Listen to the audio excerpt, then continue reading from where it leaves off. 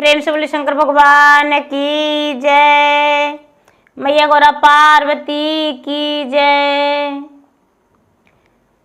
जय कर्मा गोसाई। गुरुबान, मैं आज कर्मा व्रत की कथा सुनाने जा रही हूँ। इस कथा को पूरा सुनिए और रहस्य जानिए।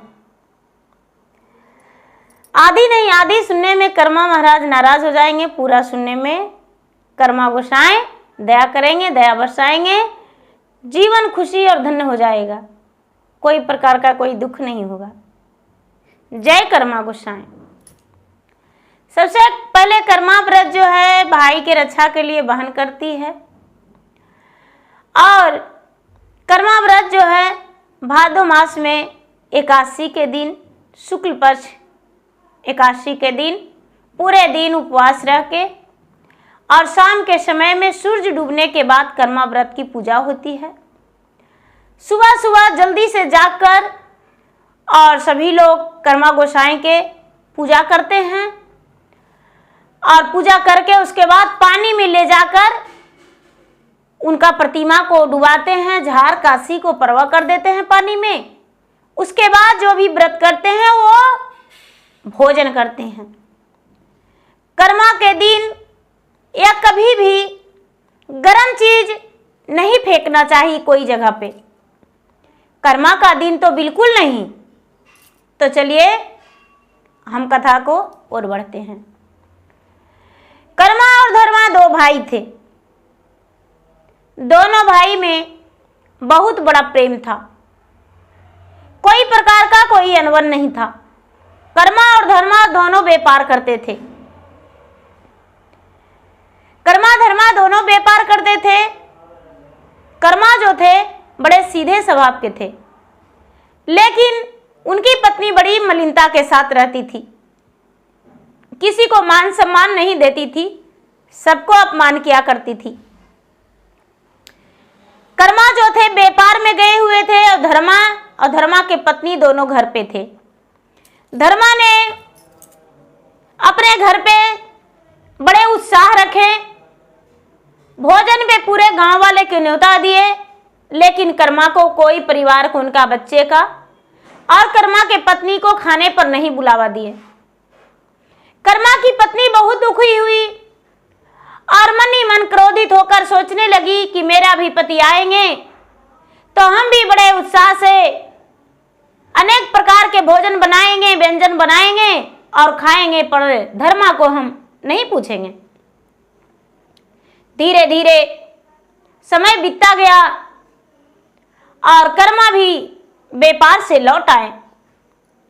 कर्मा की पत्नी आंखों में आंसू लेकर अपने पति से कहती है कि हे स्वामीनाथ, आप जब व्यापार में थे तो धर्मा ने उत्साह रखा, पूरे लोग को भोज भंडारा करके और बुलाया खाने पे, लेकिन हम लोगों का नहीं पूछा। कर्मा बोले कि तो इसमें देर क्या, तुम भी अच्छे अच्छे बनाओ भोजन, और भोजन बनाकर और धर्मा को नहीं पूछना, हम लोग पूरे परिवार खाएंगे, अच्छे से रहेंगे। उस दिन एकादशी का दिन था, कर्मा व्रत था। कर्मा बोले कि तो आज तो तुम उपवास हो, सुबह में जल्दी से जाग जाना और जाग के और अच्छे अच्छे भोजन बनाना। कर्मा की पत्नी बोली कि ठीक है, बहुत अच्छे बात है, हम जल्दी जल्दी सुबह में जाग जाएंगे और जागकर और हम भोजन बनाकर और पूजा पाठ करके खाना खा लेंगे। कर्मा की पत्नी सुबह जागी जल्दी से और जागकर भोजन बनाने लगी। जब भोजन बनाने लगी तो बड़ा खुशबूदार धमक आ रहा था, बाहर पूरा धमधम धमधम धमक रहा था और धमक लग रहा था। तो कर्मा गोसाई पूरे गांव में घूम रहे थे, चारों तरफ घूम रहे थे, और कर्मा के घर से धमक आने के बाद कर्मा गोसाई खिड़की के द्वार पे खड़े हो गए, खिड़की के पास, और उसके घर का भोजन का खुशबू लेने लगे कि कर्मा के घर में क्या क्या बन रहा है। झांक कर देखने लगे। कर्मा की पत्नी उसी वक्त भोजन बना रही थी, चावल सीज रहा था और कर्मा गोसाई खिड़की से झांक कर देख रहे थे। कर्मा की पत्नी मार पसा के और खिड़की के द्वारे फेंक दी गरम गरम। कर्मा गोसाई पे पूरा मार गिर गया और कर्मा गोसाई जल गए। गुस्से में नाराज होकर कर्मा गोसाई श्राप दे दिए कि हे भगवान, हे लक्ष्मी माता, इसके घर में कभी कोई खुशी ना रहे। मेरा शरीर को अग्नि से जला दिया। कितनी ये ऐसी है कि मेरा शरीर को जला दिया। कभी जमीन पे मार नहीं गिराना चाहिए, गर्म पानी नहीं गिराना चाहिए ऐसे, और मुझे तो पूरा शरीर को जला दी। इसे थोड़ा सा भी दिल में दया नहीं है, कितनी बेरहम है।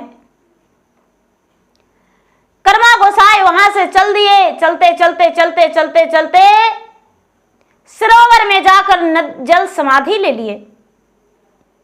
जल समाधि ले लिए। कर्मा की पत्नी बड़ी प्रेम से पूरे परिवार खाना खाई। लेकिन क्या हुआ, उसके घर में उसी दिन से कर्मा के घर में लक्ष्मी माता का प्रवेश होना बंद हो गया। घर में कोई प्रकार का कोई बरकत नहीं। धीरे धीरे धीरे धीरे इनके घर में गरीबी छाने लगा। इनके घर में हर प्रकार के बीमारियां, हर प्रकार के कष्ट आने लगा। कर्मा कितनहु कमाते थे, लेकिन इनका घर में बरकत नहीं। जब 1 रुपया कमाते थे तो 5 रुपया का जरूरत पड़ जाता था। और धर्मा 2 पैसा कमाते थे, लेकिन उनके घर में बड़ा खुशहाली जीवन बीत रहा था। धर्मा का कोई प्रकार का कोई दुख नहीं था। धर्मा बड़े खुशी से अपना जीवन बिता रहे थे। धीरे धीरे समय बीता और कर्मा के जितना जोत जमीन था, सारा जोत जमीन बिक गया।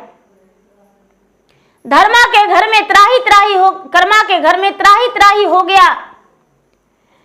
कर्मा के पत्नी बड़ी दुखी रहने लगी। ना तो तन पे सही से वस्त्र, और ना तो भोजन, और ना तो रहने का छत। उनके घर में गरीबी के कारण बच्चे अन्न बिना तड़प रहे थे। अब जो है कर्मा कहते हैं धर्मा से कि भाई सुनो, अब मैं क्या करूं, मैं तो दूसरे का खेत में मजदूरी करने जाऊं कैसे?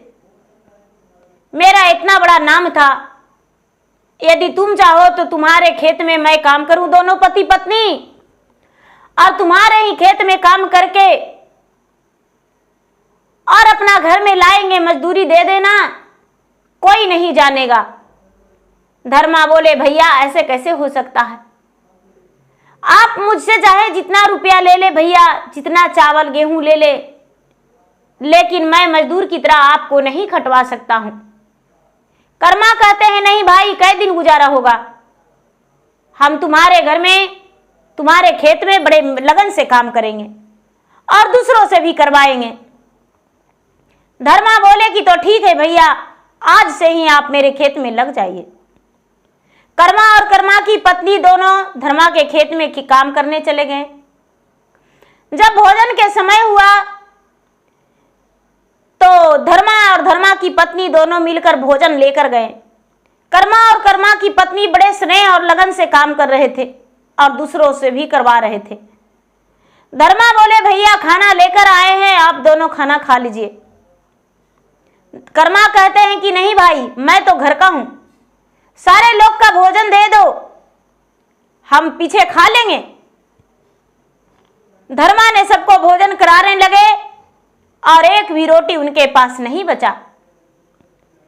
बेचारा धर्मा अपने भाई से कहते हैं कि भैया माफी चाहता हूं, मैं आपको पहले भोजन करने को बोला, लेकिन आप नहीं किया। भैया खाने में एक रोटी भी नहीं बच रहा है, मैं क्या करूं, घर पे भी खाना खत्म हो चुका है। कर्मा कहते हैं कि भाई इसमें क्या दिक्कत है, मैं तो घर का भी आदमी हूं, मैं भला थोड़ी ना किसी से कहूंगा, ये सब मेरा भाग का दोष है। कर्मा और कर्मा की पत्नी दोनों भूखे रह गए। भूखे रहकर पूरा दिन काम किए। शाम का समय में मजदूरी लेकर बोड़ा में भर के धर्मा और धर्मा की पत्नी दोनों लेकर गए और कहने लगे कि भैया अपना मजदूरी पहले ले लो। कर्मा और कर्मा की पत्नी कहते हैं मैं तो घर का हूं, बाहर वाले के दे दो, हम पीछे ले लेंगे। धर्मा और धर्मा की पत्नी दोनों मजदूरी देने लगे तो मजदूरी देते देते पूरा चावल खत्म हो गया। कर्मा और कर्मा की पत्नी के लिए एक अन्न भी नहीं बचा। धर्मा कहते हैं भैया ये तो अनर्थ हो गया, भोजन भी नहीं बचा और चावल भी खत्म हो गया। कर्मा कहते हैं इसमें तुम्हारा कोई दोष नहीं, मेरा भाग का दोष है, कोई बात नहीं, मैं घर जा रहा हूं। कर्मा और कर्मा की पत्नी दोनों घर गए। जब घर गए तो उनके बच्चे भूखे तड़प रहे थे। कहने लगे पिताजी क्या लाए हैं, मां क्या लाई हो। कर्मा और कर्मा की पत्नी कहते हैं मैं क्या बताऊं बेटा, कुछ भी नहीं लाया हूं तुम्हारे लिए, आज मैं खाली हाथ आ गया हूं। कल का दिन देखा जाएगा तुम्हारे लिए क्या लाएंगे, लेकिन धैर्य रखो, तुम्हारे लिए बहुत सारे अन्न लाएंगे और खुशियां भी लेकर आएंगे। पता नहीं किसकी नजर लग गया जो ऐसा हो गया। बच्चे ने जल पीकर सो गए और कर्मा की पत्नी भी जल पीकर ही सो गए। आधी रात हुआ, गहरा नींद पड़ा हुआ था। कर्मा एक स्वप्न देख रहे हैं कि अरे मूर्ख, क्या कभी जागते हो कभी सोते हो, कैसा लग रहा है, मैं तो दर्द से व्याकुल हूं, मैं तो जल में भी हूं लेकिन फिर भी मेरा जलन कम नहीं पड़ रहा है, करूं तो मैं क्या करूं। तेरा पत्नी ने मेरा अपमान किया, तेरा घर कर्मा के दिन, कर्मा एकादशी के दिन सुबह सुबह द्वादशी, आज का एकादशी द्वादशी का सवेरा में तुम्हारी पत्नी भोजन बना रही थी और तुम्हारा पत्नी को भोजन का खुशबू हम लेने गए और तुम्हारा पत्नी जो भोजन बना रही थी माड़ पसाकर मेरे तन पे ही फेंक दी और मैं जलकर दुखी होकर तुम्हें श्राप दे दिया हूं। अब मैं क्या करूं, मेरे ही श्राप के कारण तुम दुखी हो। तुम कितना अच्छा था लेकिन तुम्हारा पत्नी कुकर्मी थी, मुझ पे अत्याचार करके डाल दी, मार पसा के मुझे जला दी, इसी कारण मैं श्राप दिया हूं और तुम दर दर भटक रहे हो, तुम्हें अन्न और भोजन नहीं मिल रहा है। ये बात सुनकर जाग गए कर्मा और कर्मा जागकर मन ही मन सोचने लगे कि हे भगवान मैं क्या करूं, इसके लिए कुछ करना होगा। सवेरा जागते ही चंदन और हल्दी का लेप बनाए कर्मा और उसमें घी मिलाकर एक कटोरी में भर लिए और सुबह का निकलने लगे तो पत्नी कहती है कि आप सवेरे सवेरे कहां जा रहे हैं। कर्मा कहते हैं कि मैं किसी काम से जा रहा हूं, जब आएंगे तो मुझसे पूछ लेना। हल्दी और चंदन का लेप लेकर चलने लगे। चलते चलते चलते चलते चलते चलते रास्ते में एक बहुत बड़ा आम का पेड़ मिला। आम का पेड़ हरा भरा था। आम का पेड़ कहता है कि भाई कर्मा कहां जा रहे हो।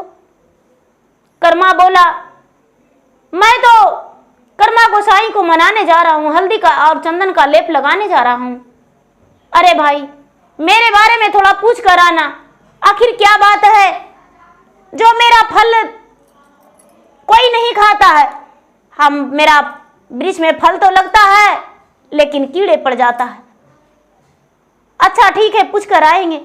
आगे बढ़ते ही एक बूढ़ी माँ मिली और बूढ़ी माँ के सर पे एक खटिया था। खटिया वो छुटी नहीं रहा था। बूढ़ी माँ कहती है बेटा कौन जा रहे हो। कर्मा बोला माँ मैं जा रहा हूं। क्या बात है, कहां जा रहे हो बेटा। माँ मैं तो कर्मा गोसाई को मनाने जा रहा हूं। बेटा मेरे बारे में पूछ कर आना, आखिर क्या कारण है जो मेरा सर से खटिया नहीं हटता है। ठीक है माँ जी, पूछ कर आएंगे। आगे बढ़ने पर एक बहुत बड़ा सागर मिला, तालाब जल से भरा हुआ लबालब। सागर पूछा, अरे भाई तुम कहाँ जा रहे हो? कर्मा कहते हैं कि अरे भाई मैं तो कर्मा गोसाई को मनाने जा रहा हूं। कर्मा गोसाई नाराज हैं। अरे भाई मेरे बारे में पूछ लेना, मेरा पानी इतना गंदा क्यों है? मेरा सागर भरा हुआ है, लेकिन फिर भी मेरा पानी क्यों गंदा है? कोई नहीं पीता, कोई स्नान नहीं करता है। ठीक है, जा रहे हैं, पूछ लेंगे। धीरे धीरे उसी स्थान पे कर्मा पहुंच गए, उसी सरोवर के पास पहुंच गए और पानी में हेल गए। पानी में हेल गए, हेलकर और कर्मा महाराज को ढूंढने लगे। कर्मा महाराज, कर्मा गोसाई महाराज, कर्मा गोसाई बीच सरोवर में जल समाधि लिए हुए थे। जब थोड़ी सी पानी में हेले तो कहते हैं कि कर्मा गोसाई महाराज कहाँ है? मैं कर्मा आपको बुलाने आया हूं, आपको मनाने आया हूं। कर्मा गोसाई कुछ नहीं बोले, जल समाधि लिए हुए थे। खोजते खोजते उनके पास कर्मा पहुंच गए और कहने लगे कि हे भगवान, मेरा पत्नी ने बहुत बड़ा भूल कर दिया, अब आप बाहर चलिए। उनके हाथ पकड़ के और बाहर नदी के अरार पे लाए, पूरे हल्दी और चंदन का लेप लगाए।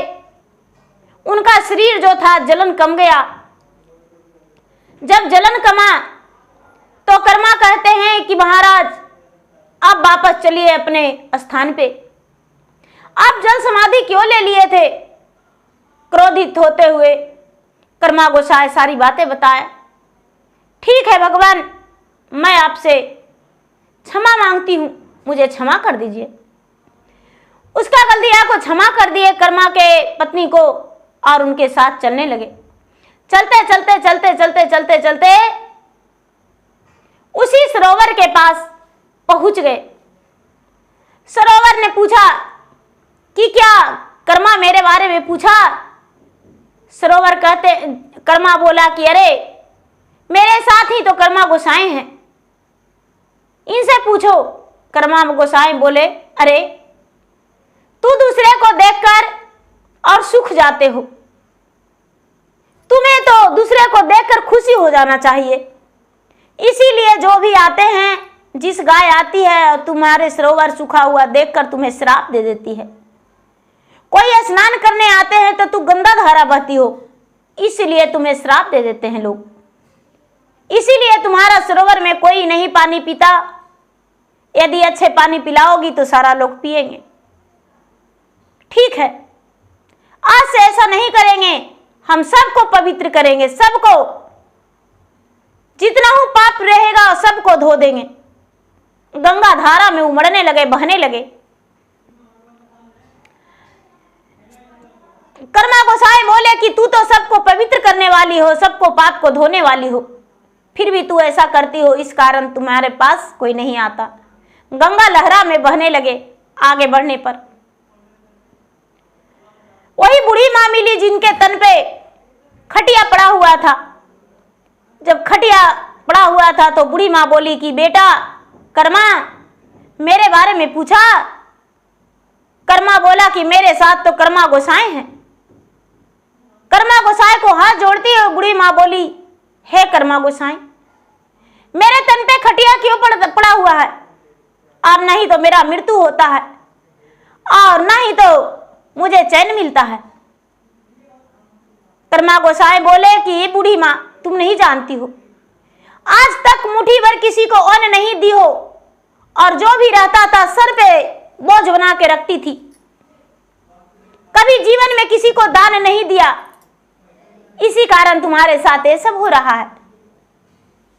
बेचारी बूढ़ी मां कहती है कि तो आज मेरा खटिया छूट जाएगा तो हम लोगों का दान पुण्य करना शुरू कर देंगे। कर्मा गोसाई बोले इन मस्तु, बूढ़ी माँ उस दिन से लोगों का अन्न और पानी पिलाने लगी और भोजन कराने लगी। आगे बढ़ने पर आम का वृक्ष मिला।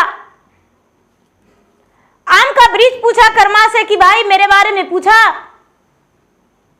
कर्मा कहते हैं कि मैं तो खुद लेकर आया हूं कर्मा गोसाई को। कर्मा गोसाई से पूछे कि भाई क्या कारण है जो मेरा इतना बड़ा विशाल वृक्ष है लेकिन मेरा फल गंदा लग जाता है। कर्मा गोसाई बोले अरे आम का वृक्ष तो सचमुच में पवित्र करता है लोगों का।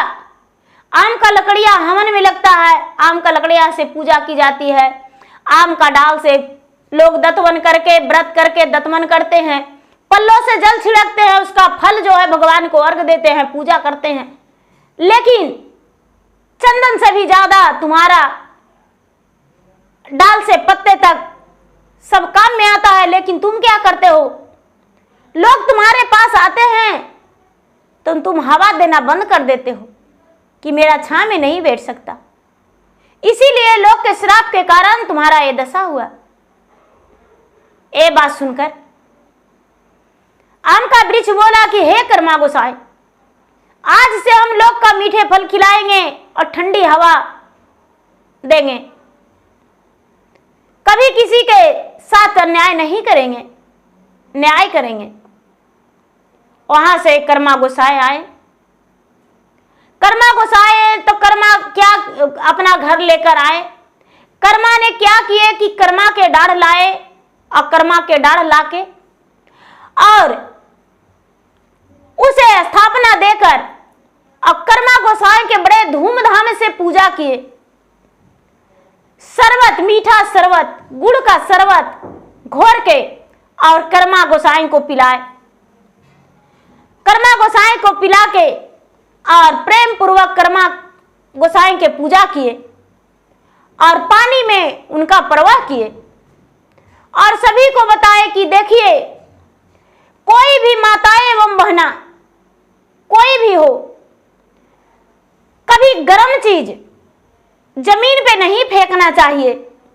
किसी बाल्टी में, किसी डब्बे में, या तो आपके पास गाय है तो उसके नाद में दे दीजिए, वो भोजन कर लेगी, ठंडा हो जाएगा तब उससे भी गर्म नहीं, वो भी बेचारी जल जाएगी। कर्म एकादशी के दिन धूप उगने के बाद रसोई नहीं बनाना चाहिए, धूप उगने से पहले ही चूल्हा जला देना चाहिए। करम करम करम विचार, करम लेके पैसली डाल, अपन करम भैया के धर्म झार, मैं फहराबही। करम करम करम विचार, करम लेके पैसली डाल, अपन करम भैया के धर्म झार, मैं फहराबही। काट के कठपुतली करम के डाल, अपन करम भैया के धर्म झार, मैं फहराबही। प्रेम से बोले कर्मा गोसाई की जय।